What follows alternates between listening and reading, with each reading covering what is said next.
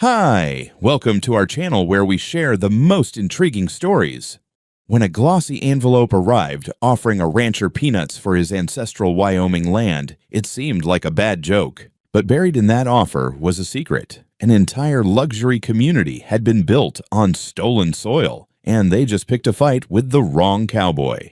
When the letter arrived, I thought it was some kind of marketing joke. It came in a glossy envelope, complete with an embossed seal and return address from Silver Mesa Heights Community Association. That name alone should have tipped me off. Nothing good ever comes from something calling itself an association. Still, I opened it, curious. Inside was a formal letter, signed in an aggressive cursive by a Karen Walsh, president, offering to purchase your agricultural holdings for the purpose of community development, conservation, and recreational expansion. Their generous offer, $150,000 for nearly 600 acres of prime Wyoming pasture land, complete with its own well, creek, and road access. I reread the number 3 times before laughing out loud. My old dog, Red, lying by the stove, perked up like he thought I'd gone crazy. I leaned back in my chair and stared at the ceiling. This wasn't a joke. It was an insult wrapped in legalese.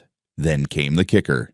The letter threatened that if I didn't engage in constructive dialogue within 10 business days, the HOA would pursue action through the County Board of Development for forced reassignment under community interest clauses.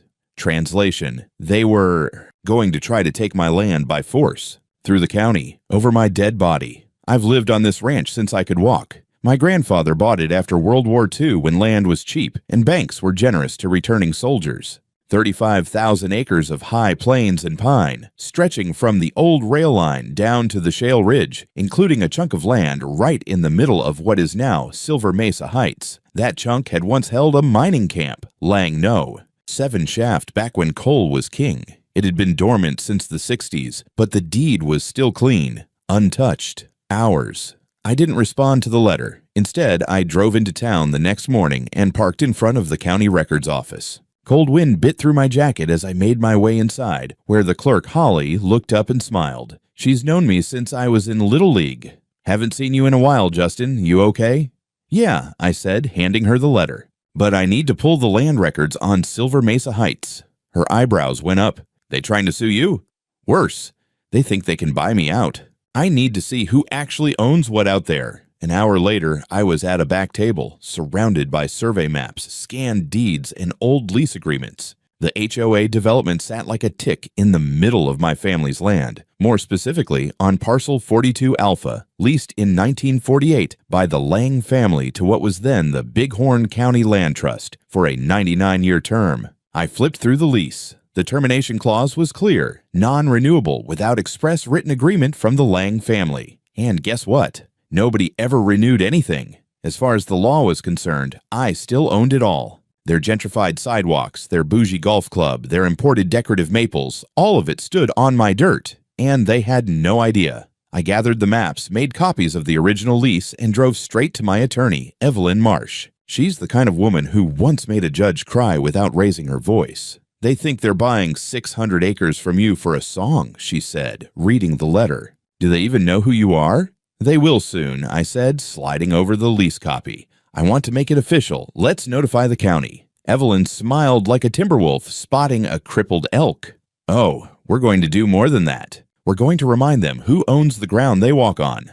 By the time I drove back out to the ranch that evening, the sun was dipping low behind the hills. My phone buzzed as I passed the front gate. Email from Evelyn. She'd already filed an official notice of inquiry with the county recorder's office, flagged the lease, and drafted a letter to the HOA's legal counsel. The game was on.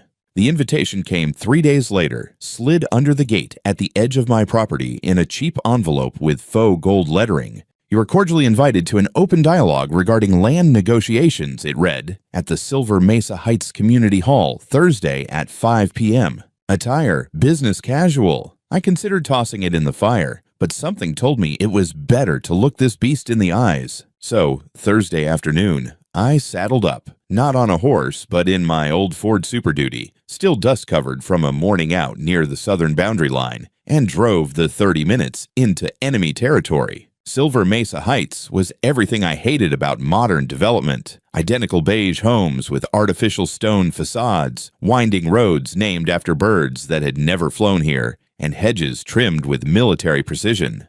HOA paradise. The community hall sat near the golf course, flanked by ornamental fountains and flagpoles. I parked out front like I owned the place, because in a way, I did. My boots echoed off the polished concrete floors as I stepped inside.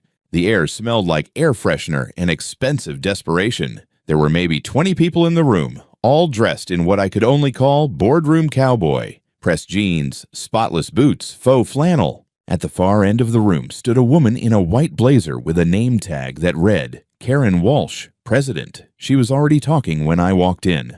Must keep in mind that certain individuals may attempt to distort facts for personal gain. Our goal is unity, not division. I cleared my throat. You must be talking about me. Heads turned. Karen's smile tightened as I approached. Mr. Lang, she said with mock warmth, thank you for accepting our invitation. Didn't say I accepted. Just came to hear what fantasy world this HOA's operating in. That ruffled her. She gestured toward a table. Shall we sit? There's much to discuss. We sat at opposite ends. Two men flanked her, one in a suit, probably their lawyer, the other an HOA board member with the expression of a man who's never been told no. Karen started. I understand you received our proposal. I hope you realize our offer was made in the spirit of progress and community development. I realize it was a joke, I replied, and that you're squatting on land you don't own. Karen gave a short laugh. Oh, come now. These threats may work in backwoods land disputes, but here in Silver Mesa, we operate under governance and procedure. I pulled out the copy of the lease. This backwoods document says otherwise. You're on Lang land, always have been. And unless I missed something, you haven't paid a dime in rent for over 20 years. That hit like a gunshot. Her lawyer leaned over to look at the document. The color drained from the board member's face. Karen, to her credit, didn't flinch. Not yet. We'll review this, she said curtly. But even if it were accurate, the doctrine of adverse possession may come into play. We've built infrastructure, invested. There's no adverse possession in Wyoming without hostile use and notice. And you didn't even know whose land you were on. That's not adverse. That's ignorant. Karen's mask cracked just enough for me to see the fury flicker behind her Botoxed smile. Mr. Lang, this doesn't need to be adversarial. Surely we can reach a private agreement. I stood. Oh, I agree. But I think you misunderstood who's negotiating here. I handed her a copy of the cease and desist Evelyn had prepared. Official notice of unauthorized development, demand to halt all HOA activities on Lang-owned parcels, and request for immediate removal of structures on parcels 42A, 42C, and 43D. Karen scanned it, her jaw tightening with every line. This will cripple the community, she whispered. No, Karen, I said, turning to walk away. This just exposes what's been rotting underneath it.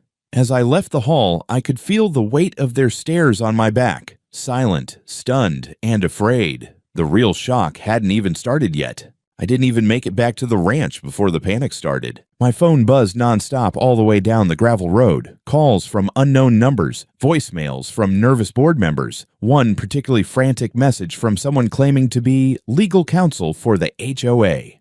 I ignored them all. By the time I pulled up to the barn, I'd already heard from Evelyn. The county office had logged our filings, and the notices were live. The hammer had officially dropped. The next morning, the real chaos began. It started with the bank. According to Evelyn, the Silver Mesa HOA had been trying to secure a new round of refinancing, likely to fund their half-finished eco park and overpriced walking trail project. But now, with the title status flagged and a pending property dispute in the public record, the bank froze everything. No money, no guarantees, no progress. Then came the insurance. Their general liability carrier pulled out after a hasty internal audit.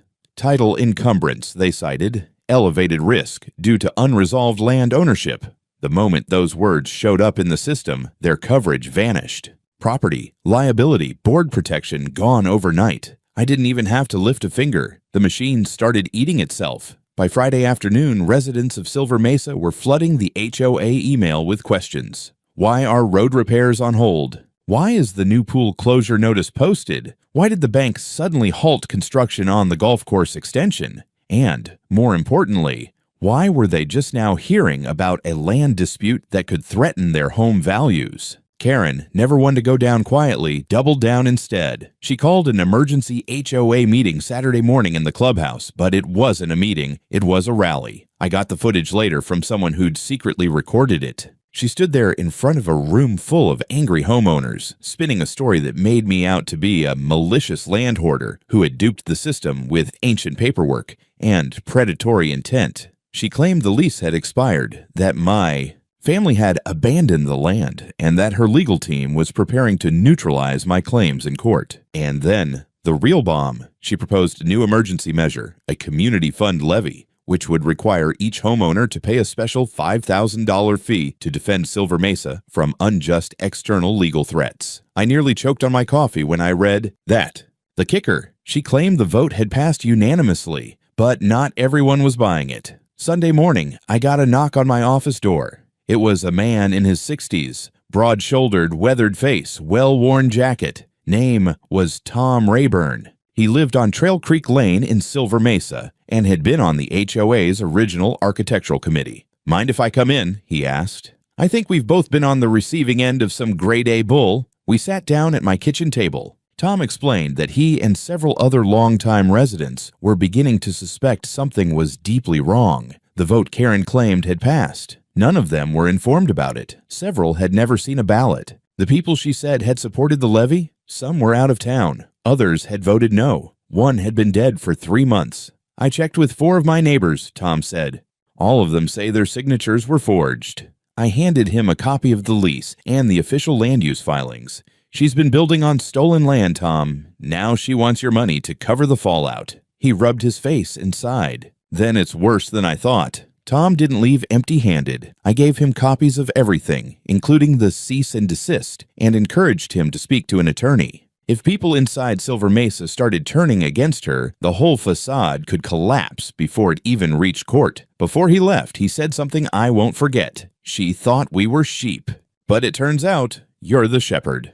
By Monday morning, 3 more residents had contacted me, quietly, nervously, asking for details. It was spreading. The HOA board was fracturing. The panic was becoming visible. And Karen. She was just getting started. I should have known Karen wouldn't just sit back and let things unravel. The woman had the tenacity of a raccoon in a dumpster fire, determined, shameless, and way too comfortable with filth. The day after my talk with Tom, Evelyn forwarded me a copy of a petition that had been submitted to the county clerk's office, a formal claim from the Silver Mesa HOA, contesting my rights to the land. Their argument? That the lease was functionally abandoned, that the HOA had made significant and irreversible capital investments, and that therefore, by doctrine of implied easement and estoppel, the land was now effectively theirs.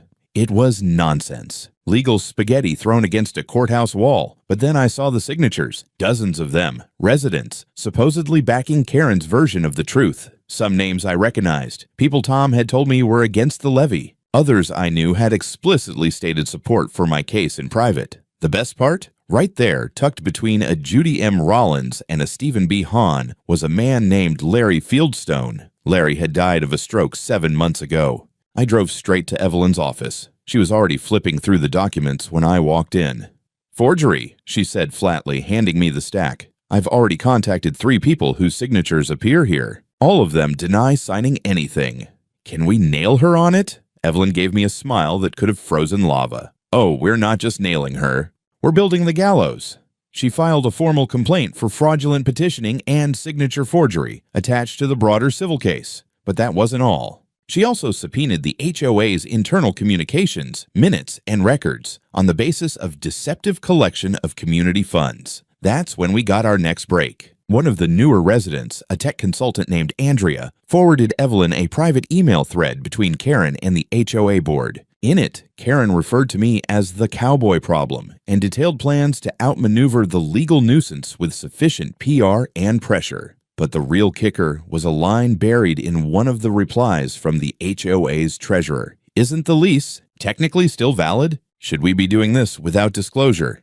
We had them. At the same time, Tom returned with even bigger news. He'd spoken to a former employee of the original land development firm that built Silver Mesa, an older gentleman named Walter Grant. now retired and living 2 towns over. Walter had handled document scanning and filing for the real estate firm in the late 90s and remembered the Lang parcel lease vividly. Everyone knew that land wasn't clean, he said. There was this whole mess with the mineral rights and the lease clock ticking, but the higher-ups said to push forward and keep quiet. Tom arranged for me to meet Walter at a diner just off the interstate. Walter was gray, stiff in the joints, and sharp as a scalpel. He came armed with a file folder of his own, memos, emails, dated internal faxes, enough paper to give a court clerk a stroke. I asked him point blank, did they knowingly build on land they didn't own? He didn't hesitate. Yes, they hoped the Lang family wouldn't notice before the 99 years were up, and by then they'd hide behind the homeowners. I thanked him and offered to pay for lunch. He refused. I've lived long enough to know when a man's been done dirty. You're not just defending land. You're defending truth. By the time I got home, Evelyn was already preparing witness statements and affidavits. We weren't just sitting on a property dispute anymore. We were sitting on a powder keg of willful fraud, coordinated deception, and now federal wire fraud, since the levy communications had traveled across state lines. And Karen, she must have smelled the smoke, because the next day, I got served. A lawsuit filed by the Silver Mesa HOA, alleging defamation, malicious interference, and deliberate destabilization of a lawful residential organization. They wanted an emergency injunction to silence me, freeze my public statements, and stop me from harassing residents. I didn't say a word. I just handed the papers to Evelyn, who laughed so hard she spilled her coffee. You're not harassing them, she said, shaking her head. You're burying them. And now they're trying to throw dirt in their own grave. The hearing was set for the following Thursday in the Sweetwater County Courthouse. Gray stone, cold halls, and a judge with the personality of a granite countertop. Perfect setting for what was shaping up to be a public execution. The emergency injunction Karen filed didn't stand a chance, but that didn't stop her from parading into the courtroom with a full entourage. Private attorney in a $1,000 suit, 2 HOA board members looking like they'd just lost a bet, and, of course, Karen herself, dressed like she was auditioning for a real estate commercial. Evelyn and I sat quietly at our table while the judge reviewed the packet. The courtroom was small but packed. A few curious residents from Silver Mesa showed up, no doubt wondering what kind of hell their HOA had dragged them into. Karen's lawyer began with a speech so oily it could have fried a bucket of chicken. He claimed I had launched a calculated smear campaign to damage the HOA's standing, that I was weaponizing outdated property documents to interfere with a peaceful community, and that the Lang family's lease was functionally extinguished due to non-use and lack of enforcement. Evelyn didn't even flinch. When it was her turn, she walked up with the calm confidence of someone holding a winning lottery ticket. She introduced the court to the lease, highlighted the non-renewal clause, and detailed how the HOA had continued to build, maintain, and profit on land it didn't legally control, all while actively avoiding investigation into title status. Then she brought up the forged petition signatures, showing the judge how at least 6 names, including a deceased man, had been falsely listed. She even brought in a forensic handwriting expert's early opinion to support it. And just as Karen's lawyer stood to object, Evelyn dropped the email thread, Karen's own internal HOA correspondence. The judge raised an eyebrow. Ms. Marsh, are you alleging intentional fraud by the Homeowners Association? Evelyn smiled like she'd been waiting to say it all week. Yes, Your Honor. And we're preparing a full civil suit to that effect, along with affidavits from residents, former contractors, and internal whistleblowers. But for today, we simply request the injunction be denied and our counterclaim for fraudulent community levy and land encroachment be allowed to proceed. Karen's lawyer sputtered something about unsubstantiated hearsay, but the judge cut him off. Motion to silence denied. Counterclaim accepted. Prepare for full hearing. Karen looked like someone had punched her in the solar plexus. Her mouth opened, but no sound came out. The crowd murmured. Evelyn leaned over and whispered, "Now it's official. We're in the driver's seat."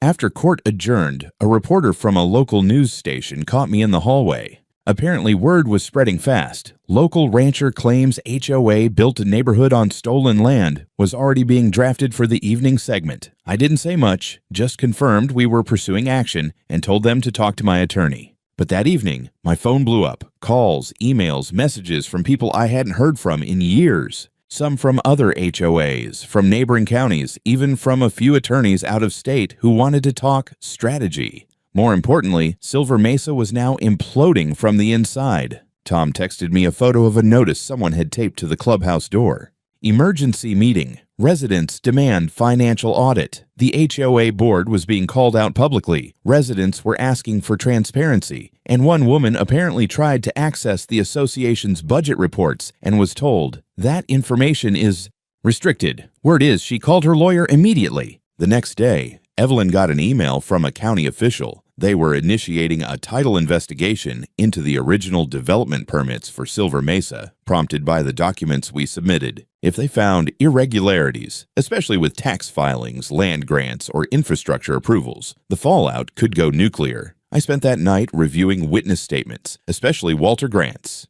His affidavit read like a confession from a mob bookkeeper. Dates, names, memos, the works. He even provided a scanned fax from 1999 showing that the developer had internally flagged the Lang lease as active, but chose not to disclose it during construction financing. And just when I thought things couldn't get better, Evelyn called late that night with one final update. The judge had scheduled the civil trial date, a full hearing, discovery, testimony, everything. And with the counterclaim for unlawful use, fraudulent levy, forged petitioning, and civil trespass, we were looking at a multi-million-dollar judgment. Karen had started a fire with a matchbook of lies. Now she was about to find out what a controlled burn looks like. By the time the county's title investigation kicked into gear, Silver Mesa looked less like a community and more like a slow-motion train wreck. Mailboxes were overflowing with anonymous flyers, some slamming Karen for mismanaging funds, others warning residents that their property deeds might not be worth the paper they were printed on.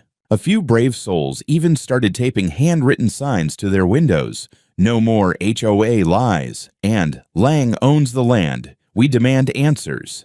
Meanwhile, Evelyn was building our case with surgical precision. Discovery requests went out to the HOA demanding a full accounting of every dollar spent from the community fund, every board meeting transcript, and all communications related to land use. They stalled, of course, claimed documents were missing, or that the HOA's cloud server had been compromised, which made it all the more satisfying when Evelyn got her hands on a backup from an IT vendor the HOA had quietly let go last year. He'd held on to a full archive. Emails, spreadsheets, scanned checks. It was a digital paper trail soaked in gasoline. What we found was worse than expected. Karen had been dipping into HOA funds for years. Lavish retreats, executive dinners at luxury resorts, personal vehicle reimbursements for trips that never happened, and even a recurring monthly expense labeled Community Relations Consulting, which turned out to be a shell company registered in her sister-in-law's name.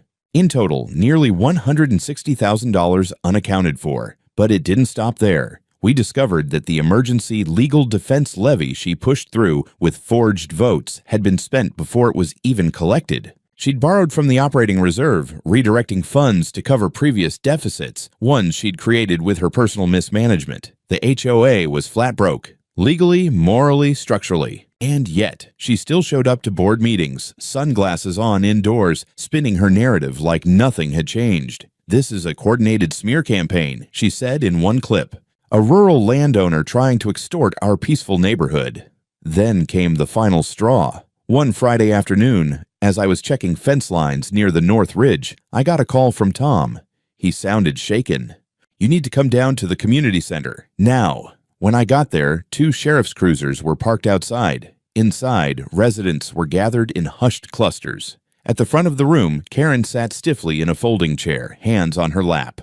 2 plainclothes investigators stood nearby. A deputy handed her a folder and read aloud the charges: criminal fraud, document falsification, unlawful collection of public funds, and misuse of fiduciary power. Someone gasped. Someone else applauded.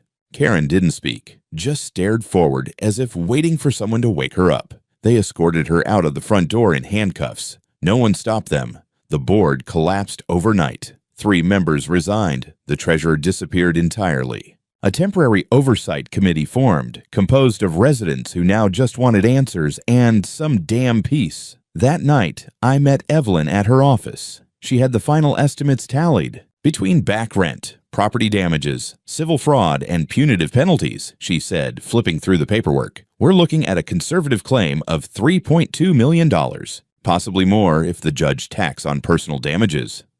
And the land? I asked. She smiled. Still yours, and the county just voided all HOA claims to it. Their charters suspended. HOA operations are frozen. You're officially their landlord now. Congratulations, you own a luxury golf community. I didn't laugh. Not yet. Instead, I stared at the county seal on the first page of the judge's order. All rights to the land known as Silver Mesa Heights remain with the Lang family estate. I traced the words with my thumb, letting the weight of it settle. This wasn't revenge. This was reclamation. The courthouse was packed the morning our trial began, not just with lawyers and reporters, but with dozens of residents from Silver Mesa, some there to support me, others just desperate to know what the hell was going to happen to their homes. I walked in through the side entrance with Evelyn at my side and a steel thermos of black coffee in my hand. I hadn't slept well. Too many years of silence had led to this one moment where everything came boiling to the surface. Karen, on the other hand, was already seated at the defendant's table, pale and rigid, her wrists still bearing the faint pink mark where the cuffs had been days earlier. She had a new lawyer, a federal criminal defense type who looked like he charged by the syllable. Not that it mattered. No spin doctor could undo what was about to unfold. The state opened strong. The prosecutor laid it out in brutal detail, how the HOA, under Karen's leadership, had operated on land they never legally acquired. How they collected funds under false pretenses, forged documents, pressured residents into silence, and then tried to bury the truth when the lease surfaced. He introduced exhibits, the petition with fake signatures, internal emails, and receipts showing HOA money used for everything from spa treatments to a custom-built gazebo on Karen's private deck. Then came the witnesses. Tom testified first, calm and direct. He spoke about the rigged vote, the unexplained levies, and the fear tactics used to keep residents in line. Then Andrea, the tech consultant, took the stand and read from Karen's emails aloud. The line, "We can spin this cowboy nonsense into a PR win," hung in the courtroom like smoke. And then Walter Grant stepped forward. The man moved slow, but when he talked, you could hear a pin drop. He explained the buried lease records, the deliberate ignorance of the developers, and the pressure he faced to stay quiet. He even brought a printed memo from 1999 with the words "Lease in dispute, do not disclose to bank," stamped in red across the top. When it was my turn, I spoke plainly. I told the jury about my family's land, my grandfather's lease, the years I'd watched as people built over something they never asked for. I talked about the threats, the lies, and how close I came to just walking away from it all. But mostly, I talked about the people who'd trusted that HOA, who'd bought homes thinking their foundations were solid. None of this needed to happen, I said. If they'd just told the truth from the beginning, we wouldn't be here. Karen never looked at me. Her defense attorney tried to argue that she was just following precedent, relying on advisors, unaware of the deeper legal issues. But the jury wasn't buying it. The documents didn't lie. The forged signatures didn't lie, and Karen's own emails, cold, calculated, damned her more than anything else. After 6 days of testimony and less than 4 hours of deliberation, the jury returned their verdict. Guilty on all counts: fraud, forgery, criminal mismanagement, and malicious misuse of fiduciary powers. The civil verdict followed immediately after. The court awarded me $3.2 million in damages, plus full rights to enforce lease termination. The judge ruled that all HOA assets, including shared facilities and infrastructure, were now to be assessed under the Lang estate until a negotiated buyout or lease agreement could be reached. The courtroom didn't erupt. It didn't need to. The silence said it all. Karen was remanded into custody immediately. 17 years, with no possibility of parole for at least 10. She didn't cry. She didn't scream. She just stood up stiffly, turned once, perhaps toward the door, perhaps toward the life she'd torched, and disappeared behind the wooden divider. Outside the courthouse, cameras flashed. I gave a single statement. Justice was served. The land is ours. And next time someone offers you a lowball deal with a threat attached, check who really owns the dirt under your feet. A month after the verdict, I stood on the ridge above Silver Mesa Heights and watched the sunrise creep across what used to be their clubhouse, now quiet, empty, and locked behind a rusted gate. The HOA signs had been stripped from the fences. The fountains had been shut off. The golf course was overgrown at the edges, and the pool sat covered in a film of green, like a metaphor nobody wanted to say out loud. The land was mine again. Officially, completely. The county had dissolved the HOA charter within 2 weeks of the trial. The board resigned en masse, some quietly fleeing town, others just disappearing into their beige homes like ghosts. Karen was in a federal detention center downstate, and last I heard, she'd already tried and failed to file an appeal. 17 years. I'd call it justice, but it still felt too light. I didn't evict the residents. That wasn't the plan. Evelyn and I drafted lease agreements, real ones, clean ones, and offered them to the homeowners. Pay fair market value for the land your house sits on or move. No tricks, no threats, just clarity. Roughly half chose to leave, their homes sold off at a loss or repossessed by banks trying to salvage something from the wreckage. The other half signed with relief. Some even thanked me. I didn't know what was happening, one woman told me as she handed over her signed lease. We trusted them. I nodded and said nothing.